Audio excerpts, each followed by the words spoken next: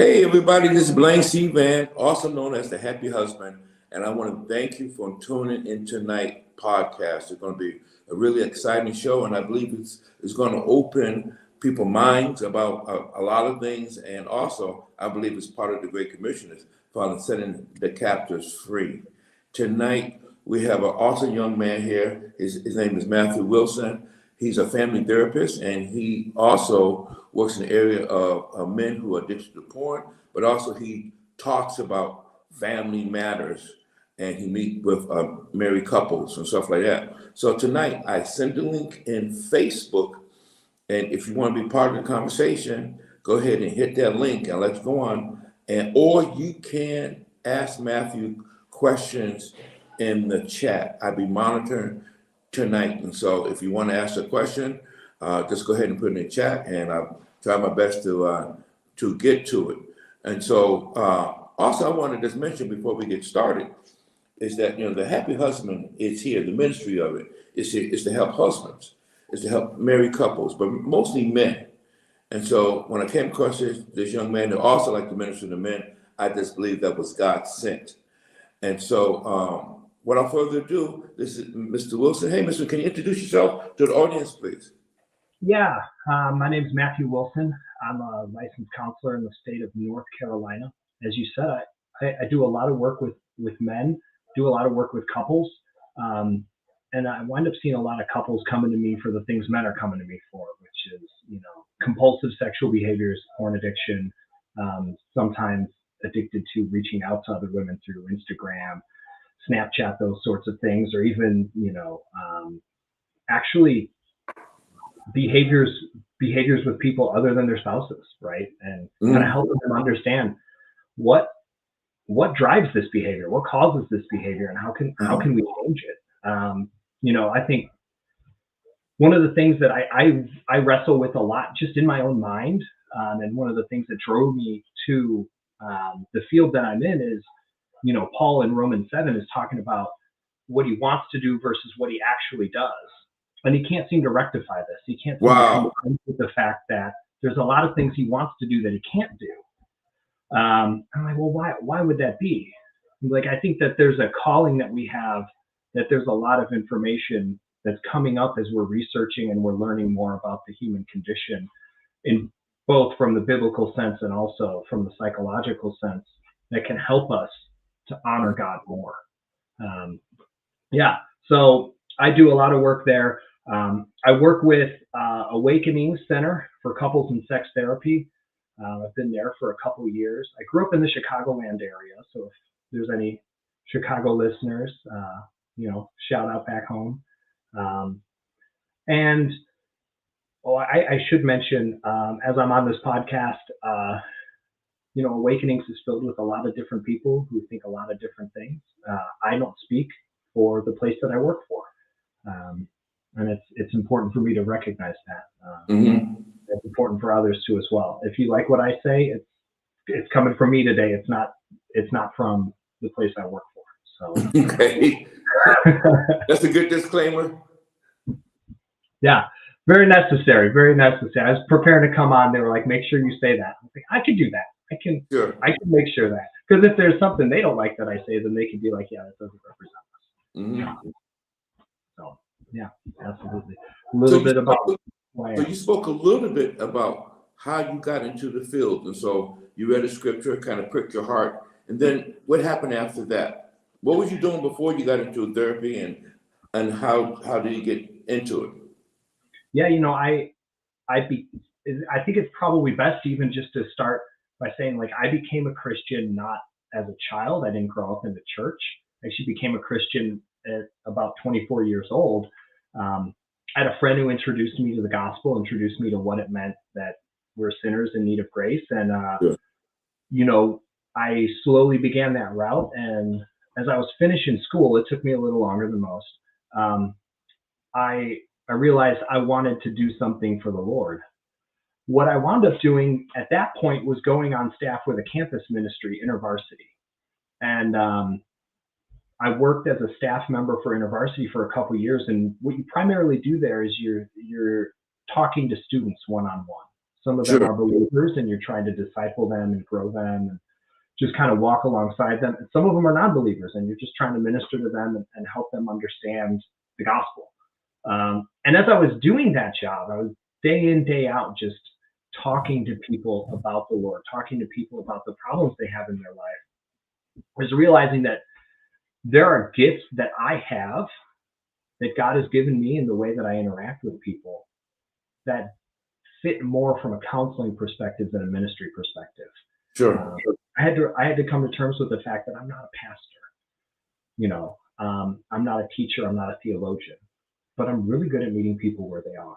I'm Sure. really good at actually just hearing their story and picking out a couple pieces and piecing it together and helping them make sense of things and just walking alongside them in that. And so as I realized that, I had a great supervisor, Colleen, who she looked at me and she said, I think this is a better fit for you. I would hate to see you go because I think you're great here, but I think you're better as a counselor. And so I applied to Trinity Evangelical Divinity School. Those are in the north suburbs of Chicago. They have a counseling program there that is both CACREP accredited, which is important from a counseling perspective. Sure. That's just the ACA thing that says that this university is putting out good counselors, and it helps with licensure down the line. And then it also has a track alongside it that blends theological, spiritual, and psychological thinking. So you actually have to come to terms with how do you integrate these things? Sure. How do you actually look at that? And that was something I really wanted to do, because I don't believe that you can do good, godly work separate from either one. Yeah, absolutely. So I went to school and graduated, and shortly after, decided to move down here to North Carolina, where I'm at now. And the rest, as they say, is history. The rest is history. So we talked before about your clients that came in there. It was like 50-50. And so let's talk to us about the men's side and what are some of the questions men ask and when they come see you, like a typical session. Yeah. You say like when it's just a man, not a couple. Yeah, I like to talk about both of them tonight, to tell you the truth. Sure. I'll start with just men, and then I'll go to kind of couples as well, with that question, unless we go somewhere else. Who knows? Right.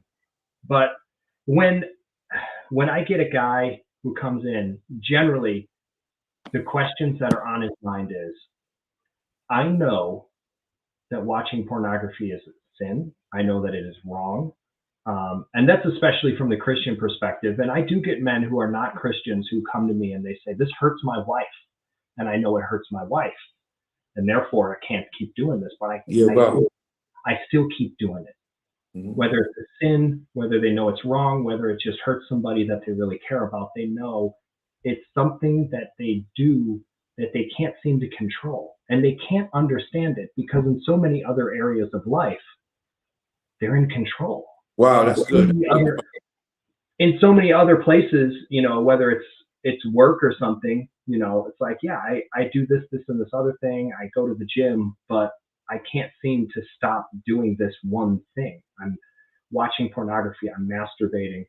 I'm reaching out to women on Instagram. I'm reaching out to women on Snapchat. And it's like, why am I still doing this? And, that I think is a potent question, but this is the problem is I don't know if there's good answers out there for them.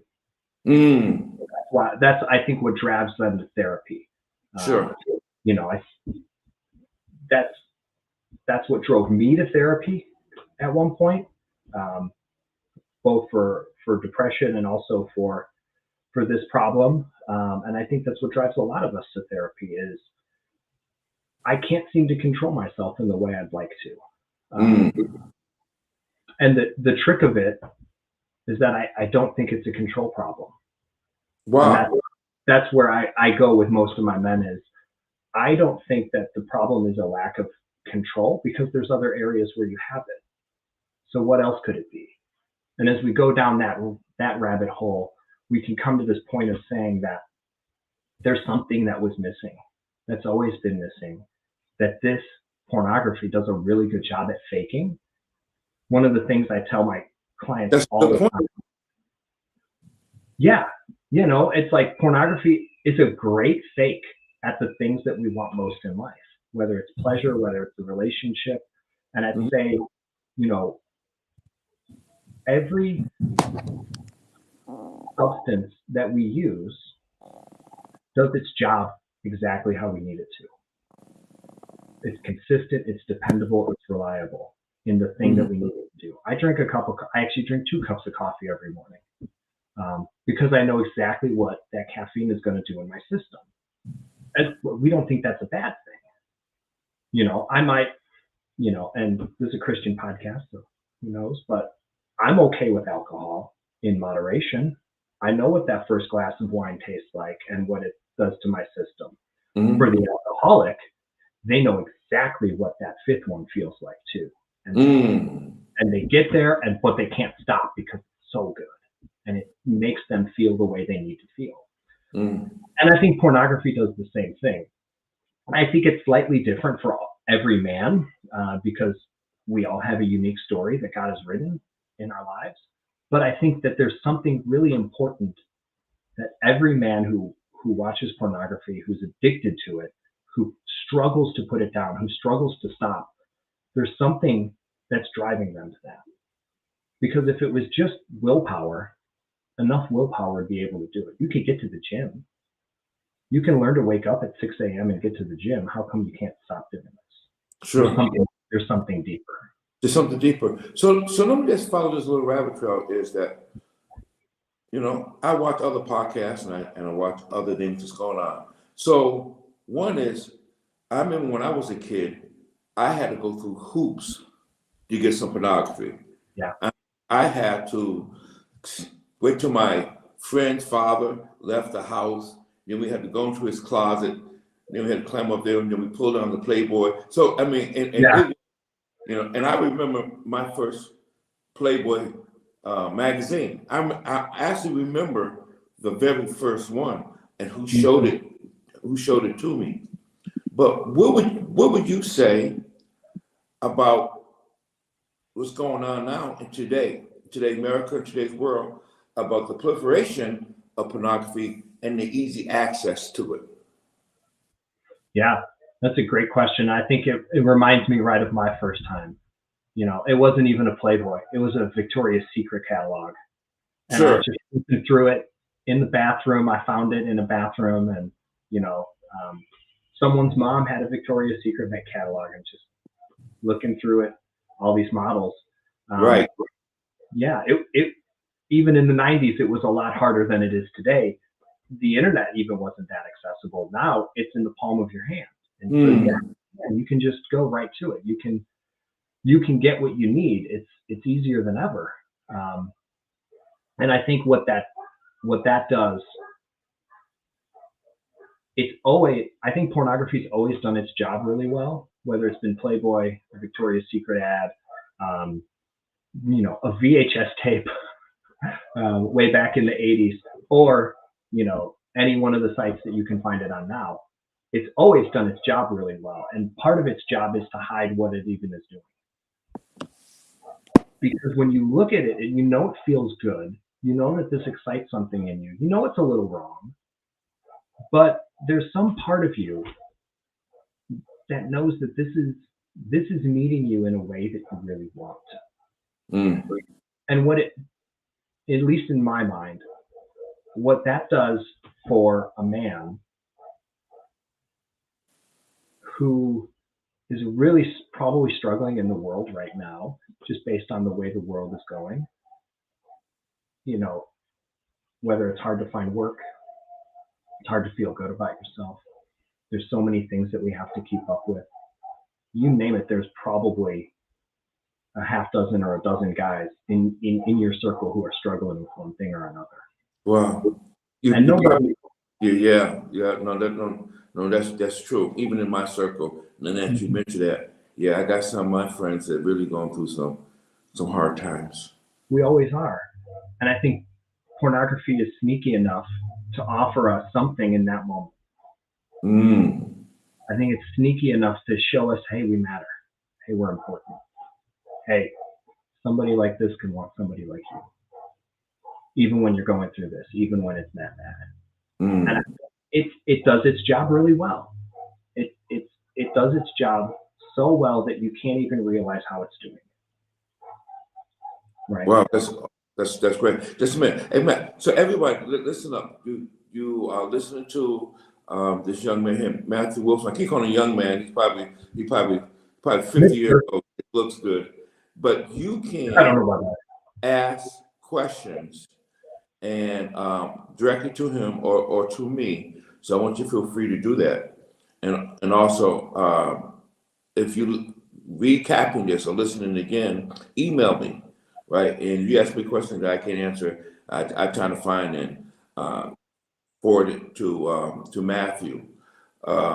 He is a licensed therapist, and he deals with men and family couples. So right now, we're talking about men who are addicted to porn. So, Matthew, would you say that these men are mostly married, singles, all types, every walk of life? Yeah, all over the place. All over the place. You know, I get a lot of married men, primarily because I compare it to substances a lot because it operates similarly to substances. Exactly, I agree. It's addiction. It helps to clarify things, right? So alcoholics need to hit rock bottom, right? I think that's kind of something that they've seen. AA talks about what's your rock bottom, right? My father's was an alcoholic or is a recovering alcoholic. My brother's a recovering alcoholic. They battle it every day, right? And either one of them can tell you what their rock bottom was. I think that for men, seeing the way it hits their wife is a rock bottom. Wow. More so than how it's affecting them, right? If they're watching porn and masturbating 3 times a day and, you know, they're a little depressed because of it, they can't get out of bed, you know, they find it really challenging to go to work, to make a difference in lives, that sort of thing. I think they see it as a problem, but it's only when you begin to see how it affects somebody else that you're like, oh my goodness. I remember my dad telling me the moment he knew he had to change was we looked over at me and my brother holding each other. I was 3, he was 2, something like that. I don't remember it, but he said he was plastered drunk, and the look that he saw on my brother and I's face just hit him. It was the way it affected people. I think it's the same thing for pornography. Once you see the way it affects a wife, the way that you think about if your children will see you with this, having to own up to that, it becomes a much more difficult thing to deal with within yourself. Mm-hmm. They've got to hit that somewhere. And I think that's why I see more married men, but I do see single guys too. And that's why a single guy will even seek out help. That's wow. Mm-hmm. And great. That's great at the same time, because I do know that pornography devalues women. You know, it just makes them into a sex object. But that's me. What do you say? As regards to like how pornography treats women? Yeah. One of the things that sits with me really heavy about the pornography industry is the fact that there's either one of 2 ways you go with this, right? You either have the unethical pornography, which is primarily, you know, women who are enslaved in some way, who are being abused or manipulated in some way. And then you have those who, on the other side, there's no abuse or manipulation, but it's still just a financial transaction for their body. And it really makes me wonder how, devaluing them. How are we valuing women? How are we looking at them? Yeah. And I think it brings up some really unjust and also power difference sort of things that I don't think we look at enough. And I can't. That's one of those. I could talk to you about it. I can't talk to a client about it. Sure. With a client, that would be too much to say, like, yeah, you're participating in a power imbalance, and it's an unjust way of meeting a need. Oh, that's a bit much for a client who's just struggling with the fact that they do this. Sure. We need to be further along in that journey. Do you find women being, and that's what I heard, but you do this every day, increasingly being addicted to porn? I do know, because of OnlyFans and other websites like that, they do use it as a source and a resource for money. But women are going to strip clubs now. Women are looking at porn. Have they always looked at porn? I don't think so. But I'm hearing, through the grapevine that it is increasing. Have you noticed anything like that, or is this basically the same? They don't come to me, probably because it's not a comfortable situation for them to come to a male therapist about that. So I'm not seeing an increase where I get women telling me, yeah, this is a problem for them. No, what I do know is that when I was in Chicago, the place I was at, I had a men's group, and they started a women's group, and the women's group filled out almost immediately. There were like 4 or 5 women right off the bat who were like, yeah, I want to be there. And so that tells me, yeah, there's something there. I don't think I can speak much to it, though. Sure. But the good news is, if women are listening right now, that it's just not, even though I titled Men, Marriage, and Porn, that you have a place too around the table. You have a place too, and if you find yourself struggling, because one thing about anything that deals with the flesh, right? There's a lot of darkness to go with it, and that darkness can come into different areas. So, for instance, what are some of the ailments, right? I'm right off the hand, I would think depression, but you might know some other things that go on with people. Yeah, the elements that lead men to use pornography. That's what I would say. I think depression is almost always co-occurring. Wow. Sometimes this is my first time ever hearing that. You know that. I mean, it makes sense. You know what I'm saying? But I don't ever heard anybody ever say linked up depression and pornography. Well, there's a thing that happens with the use of pornography from a clinical perspective, so psychologically speaking, where pornography is often used to make yourself feel good about yourself, at least from a man's perspective. I can't, we brought up women, so I'm going to clarify. I don't know why women use pornography. I know why men who struggle with it are continuing to go back to it. It makes them feel really good about themselves, which tells me that they don't feel good about themselves. And that is, in essence, like a cocktail for depression anyway. But now you have this thing that you feel like you need because it helps you feel good about yourselves. But 5 seconds after it's done, post-nut clarity kicks in, and you're like, I can't believe I just watched that. And now you feel bad about yourself again. So the shame cycle is what we call it, where you can't get out of this feeling of being ashamed of who you are, a feeling that there's something totally broken and wrong with you. And at the end of that, what else is there but depression? Wow.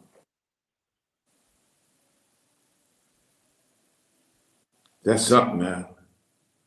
And so my brothers out there are facing depression, and the depression can be a whole bunch of things. A medical report, or I mean, there's no end to a list will make a man depressed, right? So we can go down that road. But from a family, is the thing or things happen in a family that might lead a man to porn? Like his wife is not feeling sexual needs, or maybe it don't matter. Maybe she is feeling sexual need and he's still hooked up to porn. And that's why she might be looking at him, cross eyes and say, well, I never turned you down. So what's the problem? And Yeah. so, And then not enough for you, right? yes, So right. that's the refrain I hear from wives. Am I not enough? We were having sex 3 days a week. Isn't that's like your stereotypical number? You ask any guy on the street, most guys will be happy with 3 days a week. Why was it not enough? Yeah. So what, from that family perspective, what is going on? This starts pushing us towards couples. And when we start looking at couples, we have to think about what is it that we get into a relationship for in the first place? Why do men get into a relationship? Why do men get married? I'm curious, Blaine, what you would say to that. Why do men get married? Oh, well, for my research and me and my life, there's few reasons why men get married. The first one is that men reach a time in their life between 23 and 36 where they want to go beyond. They want to go on in their lives, right? And so they might have finished school, they might have been in a job for 5 years, and they reach a certain economic position where they say, oh, I can add a wife now. I can add a child now. So that's like the number one driving factor, right? I can add into my life, right? So that's why I'm going to go ahead and get married, And then the second thing is, they want their name to continue on. They want a son, and I say they don't want a daughter, but they want a son too, and they want the Bradfords, the Wilsons name to go on, Yeah. So they want to establish a legacy, right? And then the other thing is much more selfish, is that they found a little lady and they don't want nobody else to have her. Yeah. Period. They lock it down. That's what we say. They lock it down with a ring. Now it doesn't mean that they don't want to see nobody else, but they definitely don't want nobody to have her. Right. That's why men can get married and still cheat. Sure. And my own personal thing, I call it, this is my own personal, right, Matthew? I call a man want to have a harem. That's what he wants. He wants a harem. He want more ladies, and he want them all to himself, and he want to not circumcise, but he want to cut every male to get close to him. And men been like that for probably since the beginning of time. So those are the three main reasons that I find. It's really not, and love is in there somewhere, but a man's love in the beginning is different. He knows that a woman want to hear to say "I love you" to lock it down, and then I believe men grow in love over a slow period, but they do end up really loving their wives, man. I mean, and that's the truth of it. But in the beginning, when I found out the research, those are the top three things. Yeah, progeny, keeping their line going, locking it down, and to some extent, I like that harem thing. Yeah, because it speaks to the power that I think men are striving for. Yes. And that's one of the ways that they're looking for is through, progeny, longevity or longevity with their line, and with having not just anybody but high value. Yeah. women. Yeah. I had a friend before you on my last podcast, and we talked about why men cheat, and he said something, and I said, that is so true. I know you said why men get married, but one of the reasons why I believe that men cheat is that the men who cheat are very good of seducing women. They're good at it. And it has nothing to do with looks. It has to do with techniques and methods, right? And so he still wants to be the man. Can he still pull a chick? Do he still have an in him, which is close to pornography, very close to it, because instead of maybe, as a matter of fact, men who cheat look at pornography.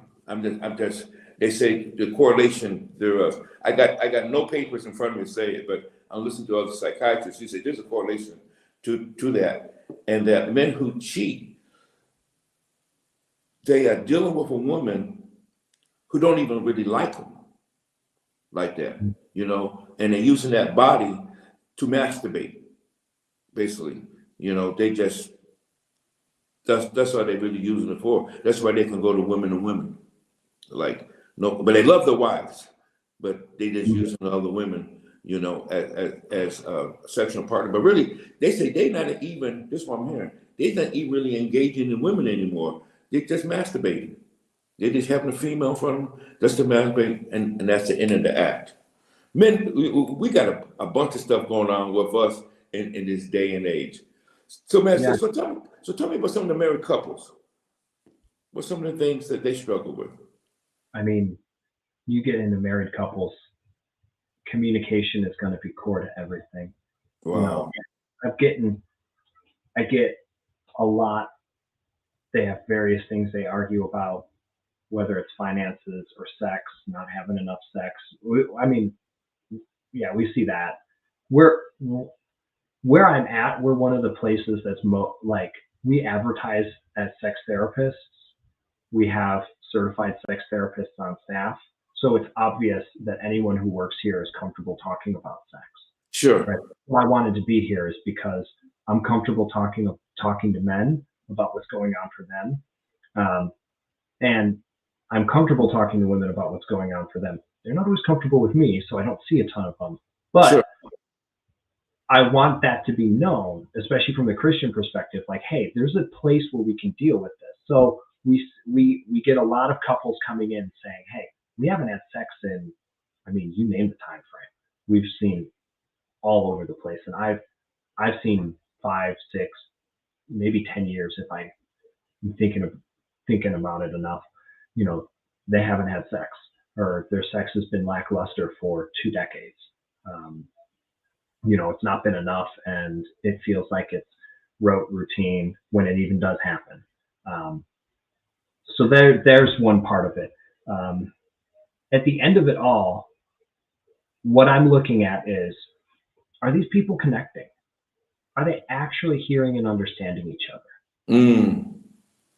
Because I think, kind of going back to like, what are people looking for in a relationship? I think men and women have their own specific things, but I think what everybody wants is to feel important to at least one other person in this world. To feel like they really matter to one other person in this world. Which is the marriage. Yeah. That's your marriage. At first, it's your parents when you're growing up, and then it's your marriage. If your parents don't make you feel good about yourself, there's a lot of stuff that goes wrong later in life. That's true. That is absolutely true. And so there's this sort of thing, is we're still looking for that, even as we're dating and we're married. And when we don't get it, when we don't feel important, that's when we start fighting for importance.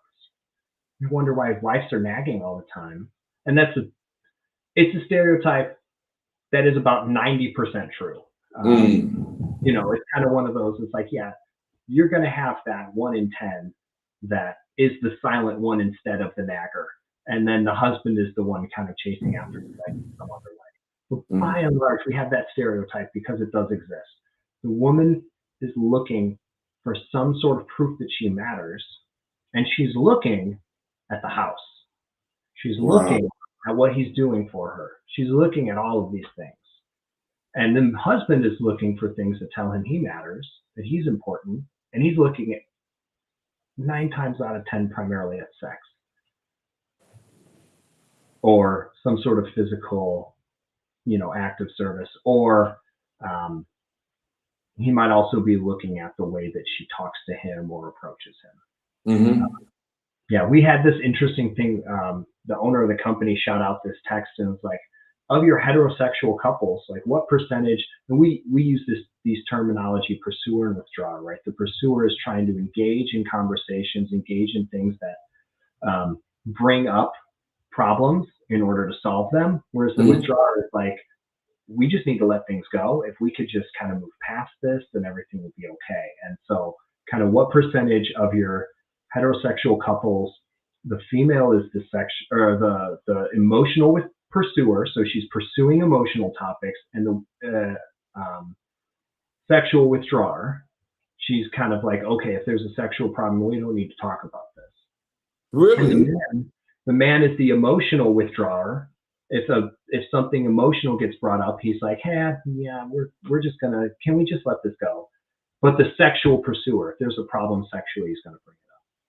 And it's funny, like that group text, 85, 90%, 85, 85, 90%, like is just nonstop. Every one of us. And it's not a research study. It's not a, any sort of, reaching out kind of survey. But it was pretty telling to me that we have some stereotypes about where women fall and where men fall along that spectrum in communication and connection. Hmm. Pretty reputable reasons why we have those stereotypes. Sure.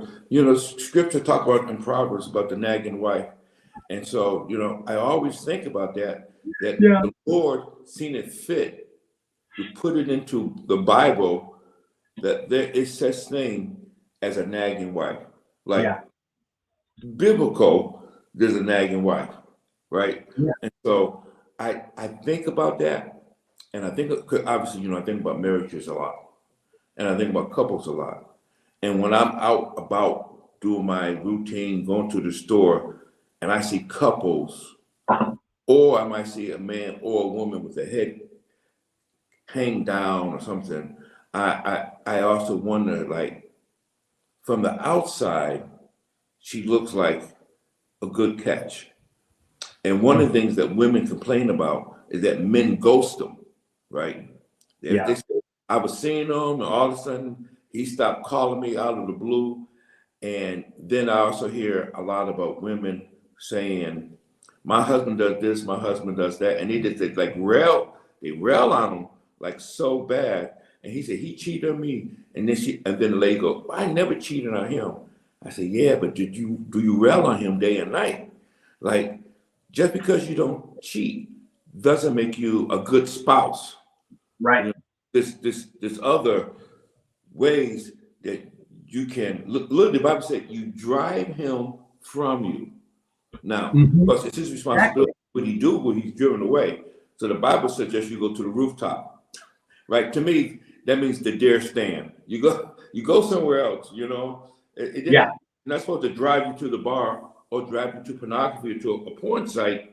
That's when the man got to exercise self-control and find. And I'm going to talk to you. Find what's really missing in his life. But marriage difficulties, like the only reason why people get divorced ain't just because a man cheats.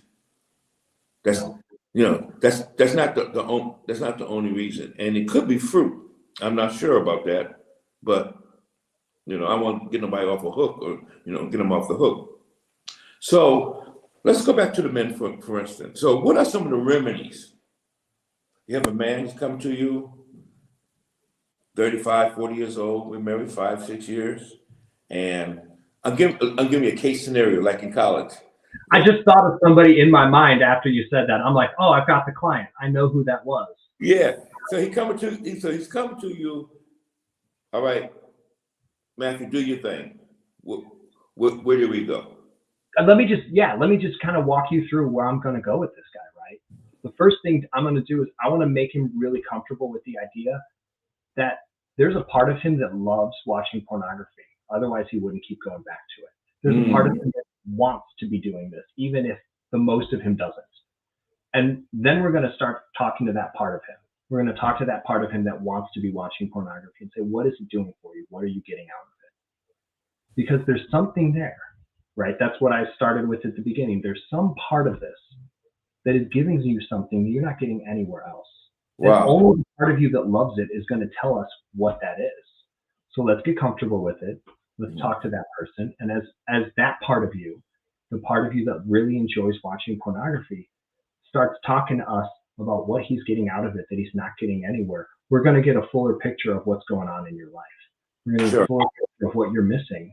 And then we can ask, okay, what can we do differently? What can we do differently about this?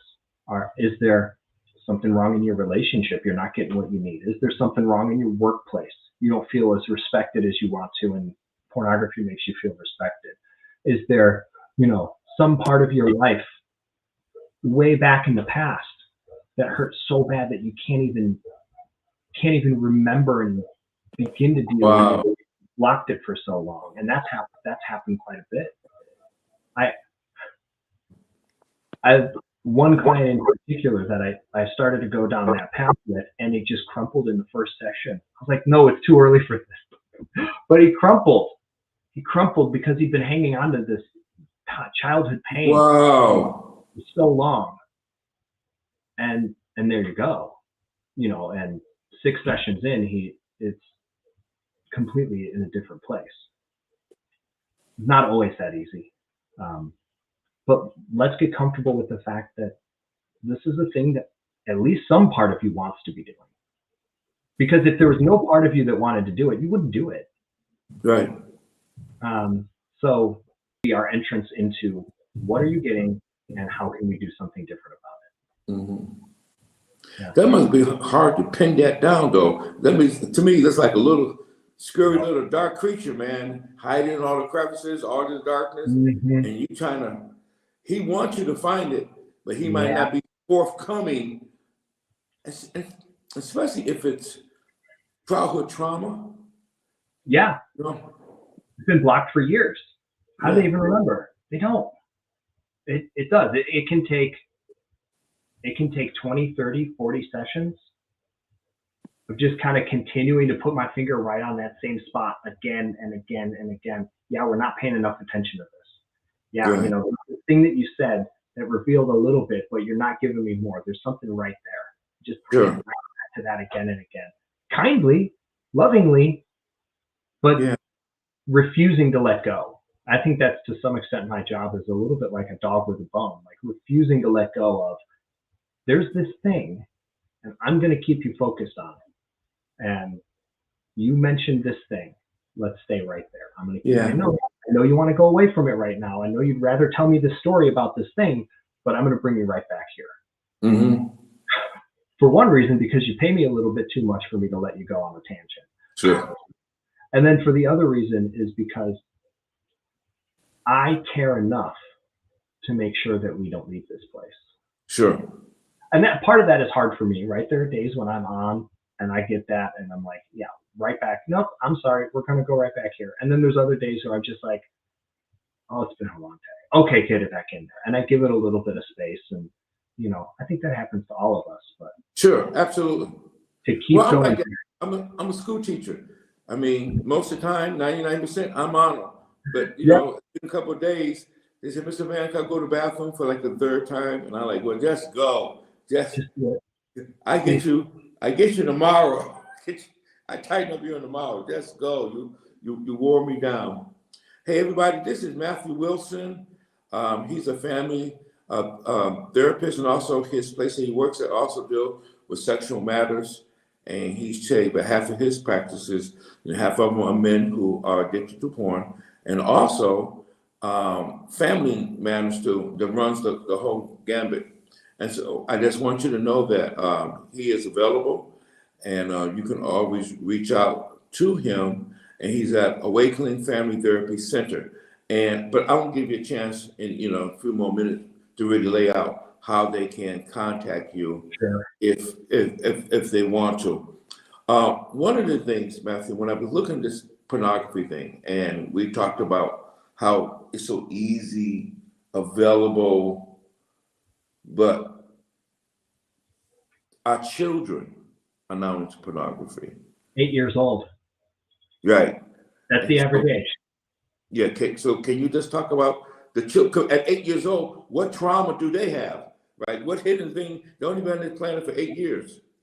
Well, and that's if you had a person come to your 8-year-old and actually show them something sexual, you would call that at the very least sexual harassment of a child. That's true. But if they showed you, if they showed your 8-year-old pornography, what is that? Exactly. And What? what is it? Is it the same thing? It feels that way a little bit. Because I know we've got our first coming in July, and I know if that little boy comes to me and he tells me at 8 years old that somebody showed him something and he shows it to me and it's pornography, I'm gonna lay people out Yeah. because an 8-year-old doesn't need to worry about that. Now, stuff is going to come up. I'm going to be prepared for the conversation. I know, like, I'm going to have that conversation easily enough. It's my job. I talk to people about sex all day. I'm not going to be worried about that. What I'm worried about is what does it mean for his life? It's on his mind at a young age. Yeah. I don't know if there's a good answer to that question other than, Sure. what, do you hide kids? Do you refuse to let them even on the internet? Do you refuse to let them watch any television program? I don't think that's realistic. There doesn't seem to be good answers, but there's certainly a lot of problems. I don't know what the answer is with it. I know it makes me feel like my job is secure, and I don't like that because I'd much prefer to be working myself out of a career here. Sure. I don't want to keep having to see people that are struggling with this. Sure. But it certainly seems like a recipe for it. And one of the things is because all my children are grown, and one of the things is definitely communication. And what I mean by communication is, I had a father call me for one of my students, and this young man is interested in a certain career path. So he called me up. He said, "Mr. Van, we want to nurture my son in this trade. What can we do that he can go further on? What can we do to make sure he be successful and that we're not hindering him any other way?" And so the pat answer is like, man, put him in some STEM programs, and you can put him in this program right here, and you can watch him, blah, blah, blah. So I'm sitting there, and before I open my mouth, like the Lord really spoke to my heart. And the Lord said, tell him just to be a good father. You want to nurture your son? It doesn't make a difference what career path. You don't have to do anything special. So I told him, hey, take your son out and play with him in this area. Don't send him to no program, right? And so that's going to be, for fathers like us, it's like, you take him fishing, and I mean fishing as a different from soccer, because soccer, he's busy. So the only time you get a chance to talk is to the game and back from the game. So you got to take a place where it's just you and him. Even if it's something as simple as, look, son, I collect pine cones in the hills of North Carolina. Let's go do our thing. And that is going to give your son and daughter opportunities to go past the real surface questions and really to get into something deep. And so that's going to be the protection, because one day you be out there doing something, and your son's going to look at you and go, Dad, I want to tell you that I was over Mr. Griffin's house and he showed me something. He ain't going to tell you that over pie. No. It just, and he's not going to tell you on the way to soccer. So our protection for our son is always going to be being a good father. It's always going to be, and being a father who's there in place, right? Not just with a title. And so when you're dealing with these men that coming to you, when you're dealing with these men, do they have issues with the parents? Is that something common? Or is it just with the marriage life, or they got divorced and they're from multiple, or is it just all over the gambit? Like, what do you see most of? Like, boy, if somebody comes here's divorced, he says and such like this, he probably, is there anything like that? Well, I mean, 95% of men are watching pornography anyway. So I don't need to try to figure it out based on did this happen or did that happen? Like, he's probably watching porn. The question is whether or not 5% men right now? I think that's the number. It's 90 or 95%. It's So really you're high. not talking about clientele. You're talking about Anybody, yeah. The only question is whether or not somebody sees it as a problem in their life. And then until they do that, there's nothing I can do for them. So it's just a question of, is it a problem? And at that point, you know, most people are watching porn because everybody watches porn. wow. If you don't have an example of somebody not watching it, if even your father had Playboys under his bed, if everywhere you turned, everybody is, just going as far as they can, sexually speaking, whether that's with pornography or heck, millennials are all over the place in terms of what hookup culture looks like. And, you talk about ghosting. Ghosting is, in and of itself, it's hard for me to understand it because I didn't grow up with that. I grew up Right. with you sit down with somebody and you say, listen, this is not going to work. I'm sorry. I appreciate our time together. It's not going to work. And then you move on. Ghosting is just, people are sleeping together and then ghosting. They're having one night stands and ghosting one another. It's really wild out there. And it makes me really, it makes me really grateful to be married because I don't have to be out on that dating scene. It makes me grateful to be a Christian, to be a believer who has this set of values that drives my behavior, and I has a set of values that drives whoever I'm meeting's behavior.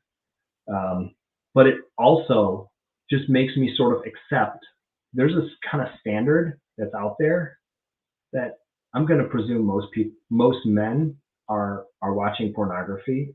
Wow. And if they're Man, not, you said that, it hurt my heart. I didn't know it was up to 95%. Literally, when you said that, it hurt my heart. I'll have to get my numbers like perfectly aligned if I'm going to be like on podcasts talking about this more often, because I know it's high. I want to say the last I read it was 90 or 95. But do not quote me on it because I don't have a exact. Don't worry, I'm gonna go. But yeah. I get it though. Now what you're saying is unbelievable high. I can live with that. Mm-hmm. Yeah, that's exactly what it is. Wow. Wow. So I just presume if a man comes into the office, he is, and I often ask the question in my intakes as I'm getting to know a couple. If I sit down with a man, you watch pornography, right? How much pornography do you watch? Do you think this is a problem? Does your wife know? Does she think it's a problem? Because those are going to tell me a lot about the relationship. And so going back then, because I took your question a little bit on a sidetrack there, but your question was what's driving men to be watching pornography as they are. And I think it's a lack of connection, and it doesn't have to be with a spouse. I think it's a lack of connection just in general. And so what I think is one of the major cures is, okay, understanding what piece of that connection is. Is it a connection point at work, feeling important enough at work, feeling connected like you matter there, feeling like you matter here? I don't look at feeling like you matter as a terrible thing. I think as Christians, we wrestle with this kind of humility and mattering sort of thing, right? I think we should be humble about who we are, but we also need to know that we matter to other people. We need to know that people care about us. I think that's a normal need. And that's, I think, the need that is often met the least in a man who's watching pornography. He doesn't feel important to anybody. And if you can begin to help him start reaching out to people, and usually the first step is with me. He's sitting here with me. He's having a conversation with me where I'm able to just empathetically and openly engage with him about this thing that's been painful, that feels like it's shameful all the time. Well, now we can have at least one open conversation, and can we build that into others? So it's a good time to say, one of the things I'm thinking about, and if there's any men out there interested in something like this, please reach out. I'm planning on getting groups started at the office that I work for. I work virtually and I work in office at the Greensboro location. So tell us your information before we go. How can I reach for you? You can email me. It's mwilson, WILSON at awakenings with an S at the end, center.org. That's my email. Feel free to reach out anytime. You can also text or call me, and I have just a Google Voice number for work, 517-336-517-7120. Can you type that in the comments? You have that capability? Yeah. It's having me do this whole sign-in thing. Okay. Don't sweat it. You text me, I put it out. Yeah, I'll text you and you can do that, because I think groups are a great way for that shame cycle to be defeated, to feel comfortable enough to go there with other men. I think some of the work that you're doing, to be able to even talk about it and to hear other guys talking about this is really powerful. And I think one of the last things I'll say, because I see the time there, I know we're just about there. If it doesn't feel like a problem, if the way that you use pornography doesn't feel like a problem, I wouldn't stress too much about it. There will be a day it might, and then call me. Because until you're ready to deal with it, I mean, I can't do anything anyway. Right. I tell all my clients that. I was like, there's three factors that help counseling go well. Our relationship, the counselor and the client, that's the first one. The second is client's motivation. That's on you. I want you to come in motivated. I'm telling you that. And then the third is that the counselor is using techniques and theories that have been proven and researched to be effective. So if we hit those three, we're going to do well. And so the second one there, if you don't have the motivation, wait till you do, because God will reveal it to you. It will be revealed through the way your wife reacts to it. It will be revealed through the way somebody reacts to it in your life. And then you'll be ready. And when you're ready, you'll know. God makes it clear. And then give me a call or find another therapist in your area. Find somebody you trust to work with you and walk with you through this, because it's not easy. Amen. One of the names of God is Counselor. And so, and God is a God that uses all type of methods to be healed, right? We know that he spit in mud. He poked somebody in his ear. Elijah actually laid on top of somebody. And so there's all type of methods that God used. And this is also a method, I believe, that God used, and that is a counselor. And, the Bible is real clear about seeking godly wisdom, very clear, and how kings get counseled before they make war. And so this is just another avenue, and let me just say, if we got a minute, if you went to church and you went down the aisle and they laid hands on you and you left and you still dealing with pornography, well, that method didn't work. I'm not saying that it doesn't work.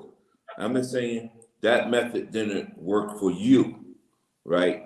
And so know that God has other avenues that might be right down your alley. Yeah. I also want to encourage you, again, I'm going to go back what you said, Matthew, it hurt my heart, man, 95%. I'm telling you, it hurt my heart, man. It really did.